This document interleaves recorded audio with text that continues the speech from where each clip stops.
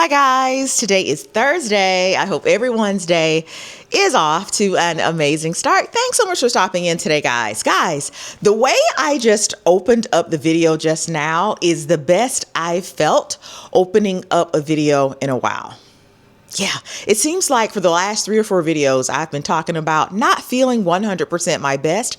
But I have to say, right now, today, this Thursday, I'm about 97% back to myself. I feel very vibrant and peppy today. So hope you all are feeling the same. If you have been suffering with the flu or whatever ails you, I pray that you get to feeling better soon. All right. It's cold. It's cold here in Atlanta. I'm sure it's the same story around these United States. And I am just really looking ahead to warmer weathers as I sit here. Warmer weather as I sit here with a sweatshirt on. But Erik and I are going to talk to you all about a few subjects that have been kind of nagging at us here lately. Erik just walked down. We're down here in the basement, as y'all can see. So let me scoot over, Erik. We have one mic. This is very bootleg today, guys. We have one mic. So hopefully this works out well. You should give me the mic because you're loud. You think I'm loud? Come on.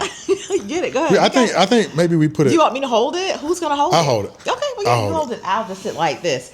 But so as we see, I don't think we have to do It's like I'm interviewing you. So what do you think about? But so I was telling them, Erik, that I'm over the cold weather. I am over it. In the last video, I was just talking about the girls who love to, they just live for winter so that they can put on a cute fur and a pair of boots and do a nice little thrust. We are equally yoked. We're tired of sweats on. We're hot weather. Look, we're black, y'all. We're from the South. We got that African blood in us. We're born and raised in the South. Give me the heat. All day and on Sunday. I don't do cold. My body doesn't react well to cold. Even inside the house, it is cold. So we're down here in the basement, and yes, we have, what do you call it, central heating and air down here in the basement. We got space heaters and fireplaces, and it's it's still cold. Then your skin all dry. You get ashy. You can't moisturize enough. I was just up there putting on Vaseline. You get that winter itch. Vaseline on top of all of the Sephora skincare that I put on a regular basis. It's like the regular skincare, and you guys will have to drop down, leave a comment, let me know. Does regular moisturizer work during the winter alone? I feel that during the winter, there has to be an initial first layer of the Vaseline. The Vaseline got to go down first. Do you use a special moisturizer? Let us know. Put it in the comments if you use a special moisturizer in the winter. Yeah. And then you get those dry spots. Oh, it's nasty. It's just a mess. But I told them that we are tipping in here today to give a few life up. Is your arm hurting? Not at all. You sure you don't want me to I like this. Okay. This is fine. All right. I feel like I'm interviewing you. I told them we were coming in here to give a few kind of life updates. You haven't been on the channel in this capacity, I think, in a while. I think the last time you were on the channel, we were back in St. Vincent and the Grenadines. Again, shout out to everyone who checked out that video. Also, let me know if you do this. If you're anything like me, after you've left a warm weather vacation, you get home to your cold weather and you're like, I wonder what the weather back in... We're going back and checking like the weather forecast in the Grenadines. It's high 80s with a real feel of 90. I'm like, God, dog it. And if you live somewhere where it's hot all the time, like the Grenadines, anywhere in the Caribbean, do you get tired of it being warm all the time? I can't even say Florida because Florida got cold like this week. Florida is cold this week. All my girls down there in Florida. Judy, how's it going for you down there in Florida? So I don't even want to be in Florida right now. No. But anyway, I digress. So today we are tipping in here. We have about 2 or 3 little nagging topics that we want to kind of give you guys a little update on. The first one involves us. The other ones are just out here floating around in the ether, honestly, for no reason. I don't know why this other one is going on. But anyway, Erik, why don't you talk to them a little bit about something we thought we had left behind. After after our house flooded or during the whole flooding situation of 2025, we'll call it Floodgate of 2025, you all know we couldn't stay here. Those of you who have been members here on the channel for any amount of time, you've seen this basement before, but then you've also seen this basement in unfortunately last year in disrepair. And so we couldn't stay in the house. The house flooded. And yeah, we had to. So we got temporary housing through our insurance company. They paid for it, which was a blessing. Well, it was a blessing, but then I had been paying for insurance for 25 years. Yeah, so this is the same insurance we cashed in. Yes. So when you have homeowners insurance and your house floods, they will put you up in temporary housing and they'll pay for it. And you can pretty much pick where you want to stay within reason. You can get just a traditional home, or you can get an apartment. We got an apartment about a few minutes from here. I won't say. Why did we get an apartment?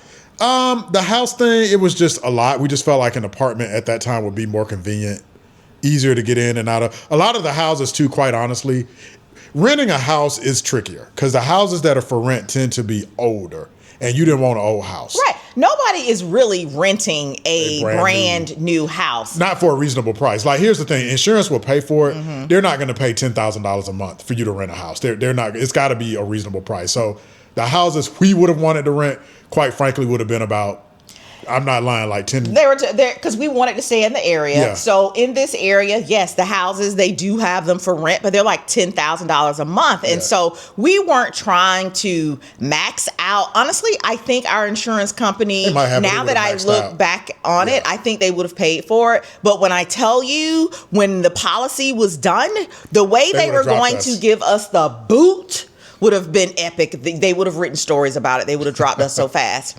So we wanted to keep it really reasonable. Honestly, I think what we paid for rent with the apartment was still really high, but I mean, they had to give us something comparable to the way at which we were accustomed to living. That's how it works when you have a good policy, which is what we had, and you live a certain way. So it was a so-called luxury apartment, and I say so-called because there are so many YouTube videos on people calling out these quote-unquote new luxury apartments. I'm not going to get into that side of it too much. Suffice to say that, luxury apartment is the new marketing term, where if they put down a certain type of floor or have certain finishing, it's automatically luxury. But then when you peel back the layers of the onion, it's not really a luxury apartment. This one definitely fit into that category. It's young professionals. And so when we talk about peeling back the layers of the illusion of luxury in these apartments, that is exactly what we found during our 4 or 5 months stint in these apartments, right? They had the gold hardware on the cabinets. It was already tarnishing. These were brand new apartments. Yeah, we need to say this apartment was maybe 2 years old, if not that. Now, we were not the first tenants. No, we weren't. We were not the first tenants, and it was obvious, right? But the hardware on the kitchen cabinets already tarnished, scratched. The tile in the bathrooms coming up. The humidity. God. So, funny story, right? Humidity is interesting, right? So in our house doesn't, like, we live in the South, it gets humid. Our house doesn't get real humid like the house we're in now, but we do have dehumidifiers. You guys know that. I've talked about the dehumidifiers. There's one right over there. Yeah, I've talked about the dehumidifiers in the house, and we have the dehumidifiers not only to combat humidity, which we do not have a lot of, but dehumidifiers are great for if you're cooking, frying foods. Keeping odor down. Gyms, we have a gym. Yeah, and it just keeps the air really dry and it just smells good. It's funny, my hairstylist was over here the other day. Also, thank you. Shout out to everyone who left such beautiful comments regarding the last video where I had my hair up in the top knot. But anyway, my hairstylist, she comes over, she does my hair, and she's just like, you guys' house just smells it smells like a new house. It's so crisp and the air is just so clean. You don't have a whole lot of cleaning products disguising a smell or whatever. She said it just smells really good. And I told her it's because we use dehumidifiers. So when you run a dehumidifier, it'll tell you on the dehumidifier screen, like, what is your current humidity level? Yes. Generally speaking, you want want your humidity level to be around, it'll say like 45 to 60. I forget what that number is, but around 45, 60. Ours is around 35 to 40 here in our house. Yeah. You know, sometimes you'll start it and it'll start out at like in a bathroom, it'll start out at 60, but it'll get it down to like 45. We would turn it on in that apartment. We brought 3 of them. The apartment was only 2 bedrooms. It was a small apartment. The humidifier would say like 70, 80. If you know anything about humidity, that is way too high. The humidifier, Eric, would start at 80, 83 most days. That's like a steam room. That's like, it's humid. It was summer. Like, it's summer in Georgia, but that was high. So something was wrong with how they built that place or the AC. Let me just say this. Yeah. I would still come over here to the house when we weren't really living here to check on the work of the workers, let them in, lock up after they had left. And we had a humidifier here. Dehumidifier. A dehumidifier here. Y'all, the humidity at the apartment was worse. I would come over here for fresh air. We didn't have ceilings. Some of the rooms didn't have walls, insulation dangling. It would still be less humid here than it was over there. You would have to, running the AC will help keep humidity down too, so you'd have to constantly run that. It was wet. It was a battle. It was wet in that apartment. So let us know if you've lived in an apartment or a place that had like, forget all the structural stuff that you can see, but like stuff like that, like the humidity was weird. There was a smell kind of because we were near the trash chute and it was the summer, so the trash chute would get hot. You're not paying thousands of dollars a month in rent to smell the trash chute. Yeah. Permeating through the walls. I don't know if trash chutes are a good idea. We stayed at resorts and stuff that have trash. I don't know if I'm a big fan of trash chutes. I'm going to have to think about that one. Why have we called the people today? Because Greystar, who manages that apartment complex, is trying to rip us off for $600 for a carpet replacement. So that we are not responsible for. A little bit of a backstory here, guys. All right, so we were in the apartment, I believe we said around 4 or 5 months. It was 4. That is no time in the big grand scheme of apartment rentals. I think right now they don't really want to give you an apartment lease for anything shorter than 24 months. I ran into that issue several times as I was kind of navigating the whole, apartment world, right? Alta Porter, which is where we stayed ultimately, isn't the first apartment that we went to, right? I went to several apartment complexes, inquiring about securing a lease while our home was repaired. And many of the apartments stated that they don't do anything less than 2 years. And so for us to be able to secure the apartment for just under 4 months was kind of... We actually had to break the lease. Yeah, but they let us... The lease break fee was reasonable, so that's why we were able to do it. We negotiated our contract in such a way that we were going to be allowed to break the lease and there will be a penalty, but our insurance company was absolutely going to pay it, which they did. So right? The net is we only lived there for, it wasn't even 4 months, it was like 3.5. We moved out. Now, you guys watch the Unfrumpy Mommy YouTube channel. Y'all know how we clean. I mean, look at this room. You guys know we're clean. Like, this is the basement. The theme of our home, a lot of the theme of your channel is homemaking and cleanliness, right? And so we don't have any small children. We don't have any pets. Ace was still up at school, staying in his school apartment. We move out. A month later, they send us a bill talking about we're responsible for replacing the carpet. And I'm like, we barely lived there, partying. We didn't have pets. We weren't eating all over the house. We weren't cooking. We barely lived there. And y'all are saying the carpet needs to be replaced. No, absolutely not. Absolutely. I've never lived anywhere and destroyed the carpet. We actually had our own cleaning crew come in and take care of the apartment. The apartment, as Eric said, was tiny. The apartment could fit in this room. Yeah. The apartment could fit in this room of our basement. It was so tiny. There were 2 bedrooms. The kitchen was the size of the sofa and 2 bathrooms, right? Carpet was only in the bedroom. It wasn't in the main rooms, the living areas. It wasn't obviously in the kitchen or the living room. There was a swath of carpet in that entire place. And so, for us to receive, what was it, an email saying we owe, it's a scam. And I'm sure they do this to everybody. I'm sure everybody, and we see it for what it is. And it's mostly young people that live there, but all these young people moving there, getting their first apartments, you move out, and it's just, we're just going to charge them it's for $600. It's a scam. And so, I don't know. Maybe historically, the other tenants just pay it. Or they keep your deposit, right? They kept the deposit. Yeah. They kept the deposit. And still want to charge us. I guess that wasn't enough. Yeah. So now they're saying, oh, well, you guys have to pay because we have to replace the carpet. And so we went back and forth with this particular, is it Greystar Management via email. A few weeks ago, they, I guess, escalated it to an individual who called me. Unfortunately for her, the day she called, I had time. And so I laid into her. I said, this is a scam. This is a scam. Rent is already too high. The cost of living is too high. We got to stop putting our hands in other people's pockets. Let's earn money. There is no reason for this management company to be people just trying to move out of their apartment and move to the next place they're going to live. Don't do that. Yeah. If we had legitimately messed up the carpet, I would have no issues paying it. Here's the thing. What could we have done to that carpet to negate them saying the carpet has to be completely replaced? 2 swaths of carpet need to be replaced in the bedroom? What were we doing? We didn't eat in the bedroom. We don't eat in the bedroom. We don't. So what could we have done? I don't wear makeup. There was no makeup spillage. Chase wasn't there. What could it have been? And these are questions that I asked her. She sends pictures. Eric, what did you think of the pictures? I didn't see anything. I'm looking at the pictures. I'm like, I don't see it. The apartment's 2 years old.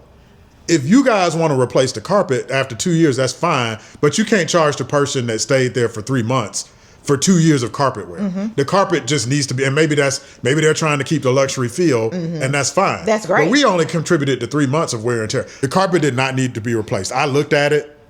If they want to shampoo it, that's fine. That's the cost of doing business. You need to shampoo the carpet anyway before a new tenant moves in. Who has a new tenant move into an apartment and not get the carpet cleaned? Yeah, you need to do that anyway. Cleaning the carpet in an apartment is just the cost of doing business, right? When you rent a car, you don't have to get new seats. You don't pay for new seats after you turn the car back in. You don't, pay for a new steering wheel after you turn the car back in. That's the cost of renting something. What you're responsible for doing when you rent the car and you turn it back in is making sure it is fueled up. You haven't been in an accident, right? Other than that, everything else is a rental car, right?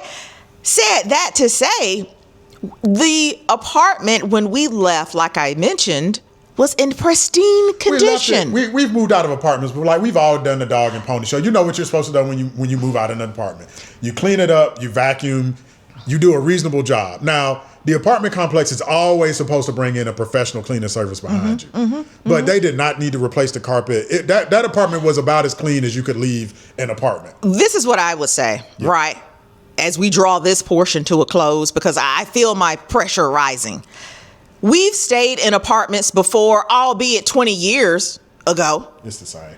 I've never, in the time that I've stayed in those apartments, ever been requested to pay money because the carpet after I left had to be replaced. Are you insane?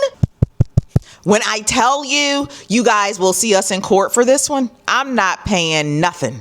Y'all got the deposit, figure out how to make it stretch and get y'all 2 swaths of carpet for those rooms. But it is a scam. Yeah. All right, it is a scam. Not in this day and age. Not when people are fighting about or having problems with mortgages and rent. Don't do that. Y'all are getting y'all's money. Yeah. That rent was not cheap by any stretch of the imagination.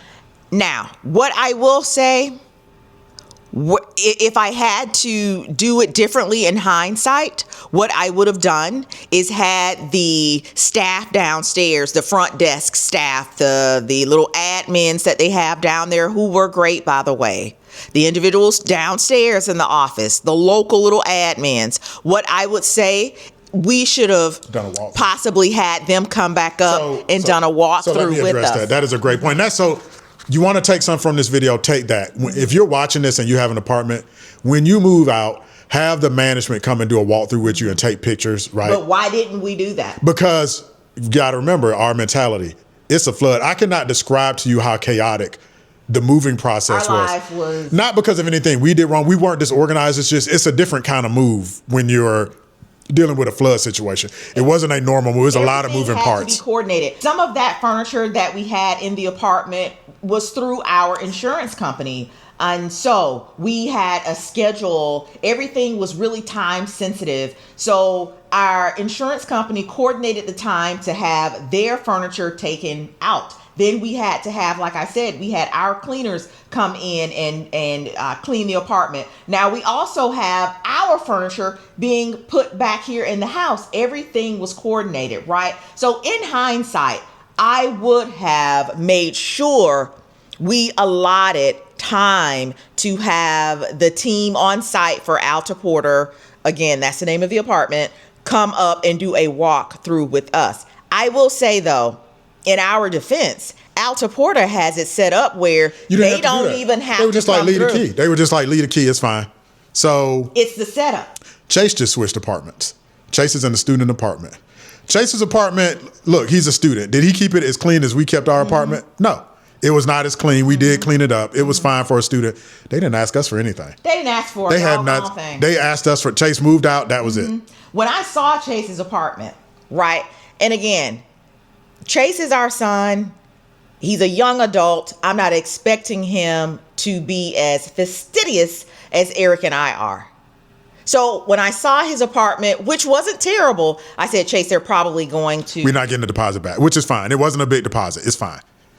Honestly, we could have cleaned it more and kept. We could have cleaned it more and kept the deposit. But again, we were like, I don't feel like cleaning it. It's like we're just gonna leave it. They just gonna keep the deposit. It's fine. They'll just keep the deposit, and that's what happened. Yeah.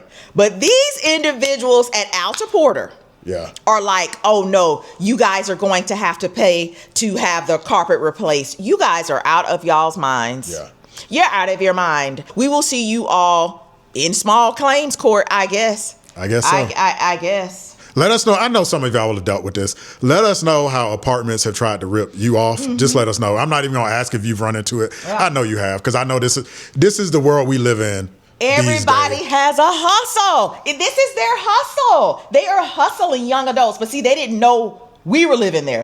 All right, guys. So I felt this would be a great opportunity for me to insert some of the pictures that they sent over showing supposed damage to the apartment. So we're going to start right here. This appears to be the hardware in the kitchen, right? You guys remember one of the first videos that I filmed over at the apartment?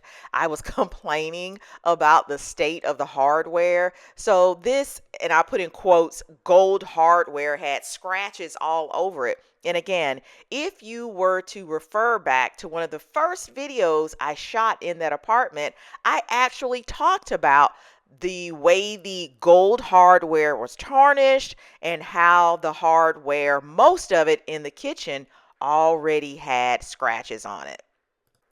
All right, and so this next picture here, guys, appears to be a window within the apartment. In the picture, from what I'm gathering, they're showing settling, some separation of the window from the wall. How is this our problem? This appears to be shoddy craftsmanship, shoddy workmanship on the part of Alta Porter. This has nothing to do with us. So here in this next picture they sent over, this is the bathroom, right? It appears to be one of those sticky little things that the girls hang on the shower walls to help with organization of shower products, skincare products that they want to have in the shower. Guys, that was in that shower when we moved in. And honestly, I tried to remove it myself when we moved in because I didn't want somebody's, shower germies. You guys know how I am just the biggest germaphobe walking. I didn't want that in the shower with me, but I couldn't get it off. So, I just chalked it up to the game and left it. But they're sending us the picture saying that it's damage on our part. Absolutely not. That was already in the apartment. And so these next two pictures just really just add insult to injury. These next two pictures appear to be damage, cracking on the patio area. Um, we mentioned at the top of the video how hot it was during this time of year, right? We never used that patio. Didn't you? I filmed several videos at the apartment. When did I show y'all any patio furniture outside? Never, because I didn't have any there.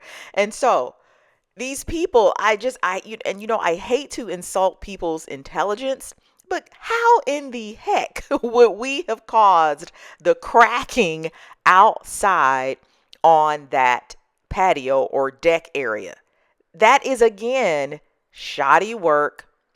Really, it's settling of the apartment, right? That's just what happens. That concrete, it expands, and that's what you see there. How would we have been able to cause that damage? It's crazy. And so finally we get to the carpet, right? What you guys see, those little indentations in the carpet, guys, that's where the bed, possibly even the dresser were. The carpet is super thick, right? And so it just made the furniture made indentations in the carpet. That's all. That is not a cause to replace the, like I said, swaths of carpet in this tiny apartment. That you just, once you come in there with a industrial carpet cleaner, that the suction on that carpet cleaner is going to pull those little divots, indentations out of the carpet. But there's no filth on the carpet where one would have to replace the carpet. So you guys drop down, leave a comment, let me know your thoughts on the state of the carpet, the other pictures that I've shared here. So of course we went over to Yelp, left a review, and while over on the Yelp, we saw this review from Justin W. Very on par with everything that we experienced in the apartment. He has left a very thorough, very lengthy review here. I won't read the entire review, but I think I'll skip down about the third paragraph here. It says, in August 2024, I reported mold growing on over 30 items that would be clothing, shoes, and furniture. We experienced what we feel would absolutely have been that, right? Many times I went into the closet and I would voice to Erik that my clothes were wet, not damp, wet, because of the moisture in that apartment. At the top of the video, we talked about having dehumidifiers.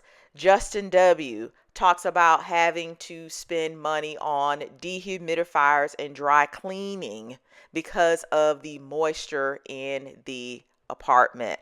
Please go ahead and head over if you're interested and take a look at his review in full. I love how he closed out here. He says, bottom line, if you're thinking about Alta Porter because it looks clean and modern, please think twice.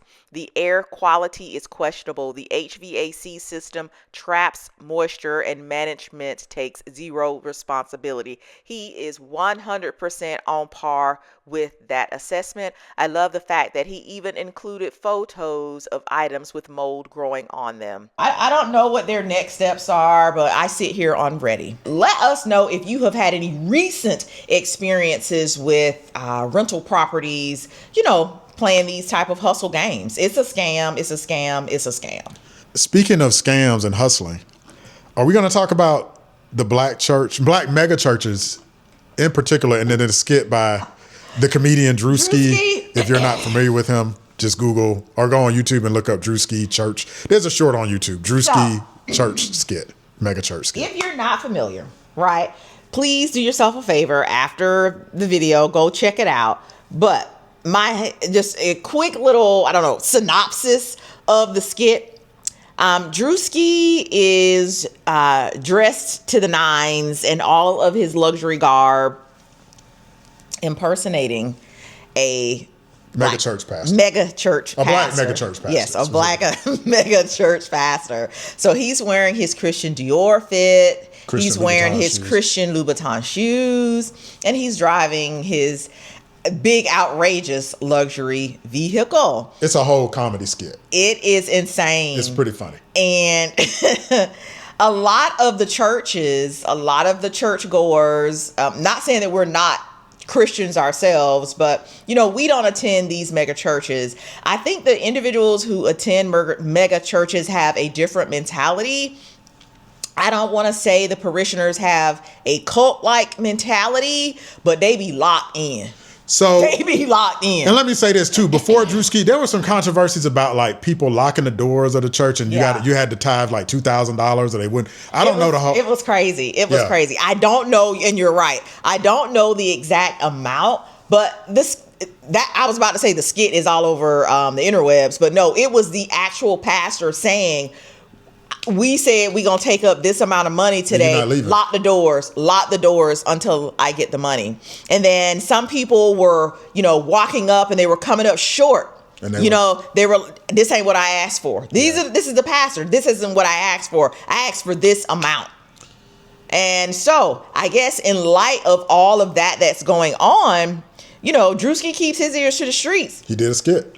And he did a skit about how the pastors at these black mega churches, they're just out of control. The money that they are asking these people to pay in the climate, the world, the times that we are living in, it's irresponsible. Tithing thousands of dollars. I mean, if you're going to tithe thousands, that's fine. But it needs to be in accordance with your income. That's the thing. Like, are you making $500,000 a year? I can't be clocking in at Walmart and you're telling me on Sunday that I got to tithe $1,500 today. What percentage of your income are you tithing, right? What's an appropriate percent to tithe?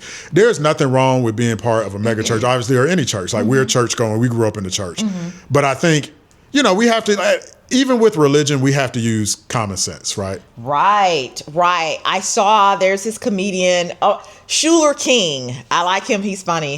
He was just talking about, and I think at one point he was a funeral director. Yeah. So he was in the church, obviously. And he was just saying, everybody got that person they call Big Mama saying, I ain't got it, but I'm going to make sure Pastor got his. I'm going to make sure Pastor all right. And I don't think that is what the Lord is asking us to do. I think the Lord wants us to take, our problems, our issues to him in prayer. And of course, the pastor who is delivering the word, that is his job. He needs to get paid. Yeah. But baby, we don't need to be gassing up your jet. It's funny. Nothing is new. They talking about the Drewski skit. I remember growing up seeing Richard Pryor do skits making fun of black preachers. I remember David Allen Greer on Color Purple. So this isn't new. Everybody acting like it's new. I don't think it's new, but I think now the mega churches have gotten bigger. The other thing that's not new, I remember like growing up in a black community, right? And I grew up in an all black community. It wasn't the doctor or the lawyer that was rich growing up in all black. It was your child, your mom and dad was a principal or a teacher. They owned it. They were over a funeral home or they were a preacher. Those were the rich growing up in the black community, right? So there's always been a conversation about how much money these pastors make. There's not, and look, please don't get this and say, they saying you shouldn't tithe. We are not saying that. We're saying tithe responsibly and the money needs to be going somewhere. We're not saying don't tithe because the pastor, that's his job. Yeah. This is how he feeds his family. And the church, the money, if the church is doing mission work or feeding the poor or feeding the homeless, great. But it's like anything else. You do have to watch where the money's going. I don't think the pastor needs a private jet. Right. I don't think he needs a private jet. Honestly, should he have a Bentley or a Rolls? Why does he have to fly private at all? I got first class on it. He can fly first class wherever he needs to go. But does your pastor need to be flying first on a private jet or own his own private jet? I think that's insane. Him owning a Bentley, fine. I don't have a problem with it. All right, okay, so he got a nice car. You know what I'm saying? It's a car. But I think them taking up buckets and buckets and buckets of money every time you enter the church door, I just think it's insensitive. It is. It is so insensitive the way that they are preying on the most vulnerable of the people. Some of these people are going to the church, going to the pastor. They're their last hope. Yeah. And they're being taken advantage of. Yeah. They absolutely are. Before we get out of here, too, along those same lines, how do y'all feel about Jamal Bryant? He's here in Atlanta. You know, he took over New Birth after Eddie Long passed away. So he's been in the news here lately about the dress his wife wore. I'm going to tell you, I'm of two minds. Go and watch Sherry Shepherd. She did a short here on YouTube giving her thoughts on it, right? Jamal Bryant, and we're going to wrap this up. This video is probably ridiculously long at this point. But Jamal Bryant and his wife they went to some social event. I think it was, I want to say NAACP. I'm not sure. Don't quote me on that part. But they went to some event where they were taking up money. And I want to say they did raise like $4 million or something for whatever the cause was. So, awesome. But what rubbed many churchgoers the wrong way was the dress that she wore, right? It was a black lace dress. The dress was beautiful, and it was flesh fabric underneath. So he got up in the church, and he's, y'all out here talking. You want me to hold it, babe? Yeah. He was like, y'all out here talking about my wife, and it's y'all who, if you're thinking she was naked under the dress, it's because you don't know nothing. You ain't never been nowhere, right? I get it. But he said, she wasn't naked under the dress. The dress had flesh colored fabric underneath. And so I want to say somewhere he did a few Bible scriptures somewhere in there to make his point. But then kind of brought it back home saying that she wasn't wearing the dress for you. She was wearing it for me. That's my wife. Now, I get that, right? I get that. But I feel that if we're going to be in the public eye as, stewards of the Lord, we need to kind of make sure when we're seen out in public, everything is in accordance to, the saying, what would Jesus do? So you think I thought you thought the dress was fine. You saying it was inappropriate? The dress, I feel, was fine if it was me and you. Right. But, and then I feel, okay, wait. You all on the fence. Right. Then I feel like, why can't she wear the dress? But then this is what Sherry was saying. This is gave me my aha moment with, Sherry Shepherd was like, so, the dress was cute, and girl, you need to send me that dress because you don't need it. And, she said he's quoting Bible verses and scriptures, but where in the Bible would anybody be dressed like that? Where in the Bible would anyone dressed like that? Dressed like that? I don't know. I'm smart enough to know what I don't know. I don't know if I can even weigh in on that. My first thought was that's a grown woman. It wasn't a church event, right? It was just a random ball. It wasn't. Here's the thing. It wasn't a church event. If you are a pastor of a mega church, everything you do is a church event. I don't know. Everything you do outside. I haven't really seen. When they went to this charity function, he wasn't just going in the name of Jamal Bryant. He was going under the guise of, I am Jamal Bryant, the pastor of New Birth Mega Church. It's a grown. All right. I don't know. I haven't seen the dress. Maybe I should look it up. Maybe pull it up. Yeah, while you do that. So you guys, please drop down, leave a comment, let me know your thoughts on it. Nothing was hanging out, you know what I'm saying? But was it form fitting? Yes. It was a lacy dress. And again, it gave the illusion of her being bare underneath. Should the first lady of the church give the illusion of I'm naked underneath? Okay. I don't know. You know what I'm saying? What are your thoughts on it? It's fine. You know what I'm saying? You think it's fine? I think it's fine. Okay. I mean, I'm 50-50, right? I could go either way. It's a beautiful dress. It really is. And she looked great in it. I see another picture. I can kind of see. Okay. Yeah. And then it's this location right here. Okay. It's the flesh. Yeah. That's what I was saying. That's interesting. That's a tough one. It's a tough one. Okay. It's a beautiful dress. You know, this is a beautiful dress for Beyonce, Rihanna, you know, anybody acting, or just me, any one of you all. But to be the first lady of new birth, so are you 50-50 now? I don't know. It's yeah. the flesh. That's such a tough one. And the flesh, it looks like her skin because it's literally. Yeah, and then I feel that the patches are in certain places. Yeah. The lace, like look at the lace in the middle in her nether region. I feel was This you know is what I saying? say. Mm-hmm. There's some stuff in life that there's nothing wrong with something being on the edge. This is what I would say. Right. Was it the most appropriate dress for the event or for their business? For him being a pastor, right. Maybe not. Do we need to tar and feather and burn her at the stake for it? No. So I'm gonna just say some stuff. It's okay to kind of be. It's a lesson learned. Yeah. I say, if I were them, you know, if we had another function coming up, I would put a few more pieces of fabric on the dress. I don't know if I would wear that one again. But let us know y'all's thoughts on it. Do y'all agree with it? And then finally, in closing, how do y'all feel about Ludacris and the concert that once was, that isn't anymore? Really appreciate y'all stopping in, and we'll see y'all in the next video. Bye, guys.